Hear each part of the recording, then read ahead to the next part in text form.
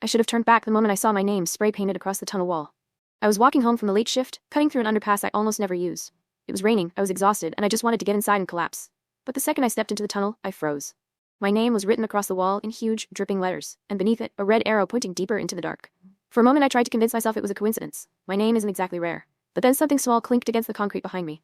I turned around. A keychain lay on the ground. Not just any keychain, my keychain, the one I lost a year ago and never found again. My stomach dropped. I picked it up with shaking fingers, the cold metal almost burning against my skin.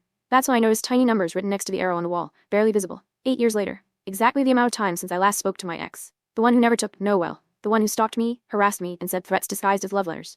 The one I finally escaped from, only after a restraining order. The past I thought I had buried suddenly felt very awake. I hurried home as fast as I could. But when I opened the door to my apartment, the fear hit me all over again. A small white card lay on the floor, handwritten in a familiar slanted style. You still walk the same way.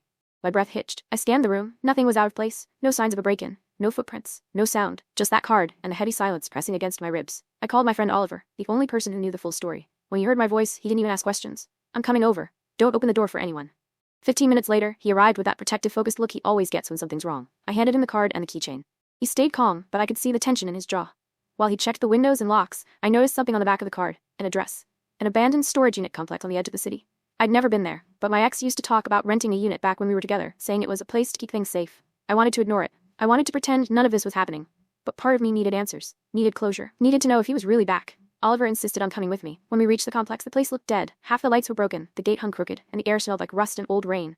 We found the unit matching the number on the card. The door was slightly open, just enough to look intentional. Inside was a folding chair, a bare bulb hanging from a wire, and a wall covered in photos of me, some recent, some years old. Some taken without me ever noticing.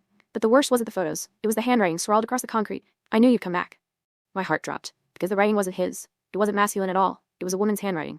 And then everything clicked. The girl he dated right after me, the one he always compared me to, the one who messaged me once, saying I ruined him and that she wouldn't forget it. She never let go either. Suddenly a voice echoed from the entrance, soft, bitter, familiar. I just needed you to feel what I felt. She stepped inside holding a phone in one hand, recording me. Oliver moved in front of me instantly. She didn't attack, she didn't scream, she just stared, a quiet fury simmering under her skin, and said, "Now we're even." Then she walked out, disappearing into the night before we could stop her. The police got involved, of course. They're still looking for her. They said people don't usually escalate after a display like that, but usually isn't exactly comforting. What matters is that she didn't want to hurt me physically. She wanted to shake me, rattle me, remind me of an old pain we both thought we'd left behind. And she did. But she also taught me something I should have realized long ago. Your past doesn't always come back as the person you expect. Sometimes it comes back as the person they broke after you.